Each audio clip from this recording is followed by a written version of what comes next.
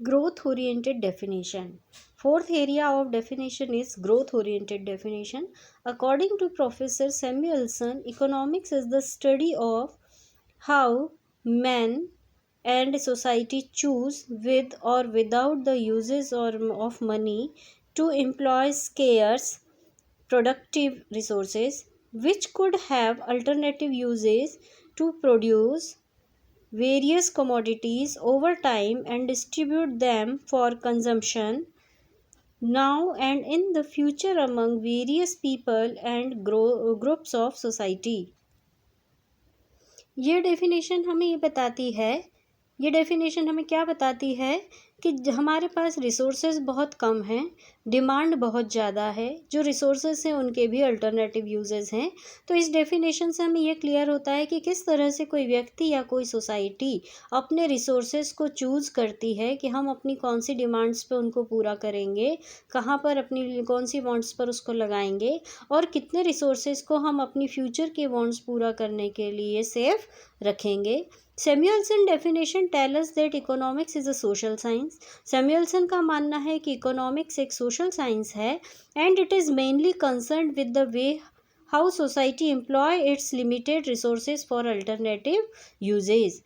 कि कैसे इस प्रकार वो बताते हैं कि किस प्रकार से कोई सोसाइटी अपने रिसोर्सेज के अल्टरनेटिव यूज़ को एम्प्लॉय करता है, कि उसका किस तरह से किस वांट पर यूज़ करता है। क्योंकि रिसोर्सेज तो ऐसे हैं कि उनसे हम ज़्यादा एक से ज़्यादा भी डिमांड पूरी कर सकते हैं। So it is a modified version of scarcity definition. So, in short, we can say definitions of economics have four parts: wealth definition, which is given by Adam Smith; welfare definition by Alfred Marshall; scarcity definition by Professor Robbins; and growth oriented definition by Professor Samuelson. जब हम conclusion देखते हैं कि चारों definition में चारों में से सबसे ज़्यादा सुटेबल इकोनॉमिक्स के लिए कौन सी है, तो एट द कंक्लूज़न ये समझ में आता है कि मिस्टर सैमुएल्सन की डेफिनेशन सबसे ज़्यादा सुटेबल है।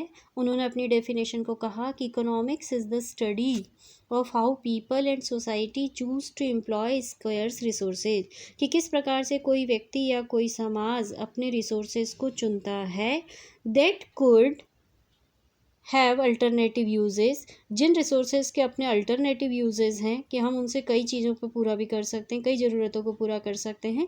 तो वो अपने रिसोर्सेज को किस प्रकार से चूज़ करता है in order to produce various commodities that satisfy their wants, कि वो अपनी ज़रूरतों पर, जिनकी अनलिमिटेड ज़रूरतें हैं, उनको पूरा करने के लिए हम उन पर कौन से रिसोर्सेज यूज़ करते हैं, and to distribute them for consumption among various person and groups in the society, और उन रिसोर्सेज का डिस्ट्रीब्यूशन अपने कंजम्पशन पर हम किस प्रकार से करते हैं।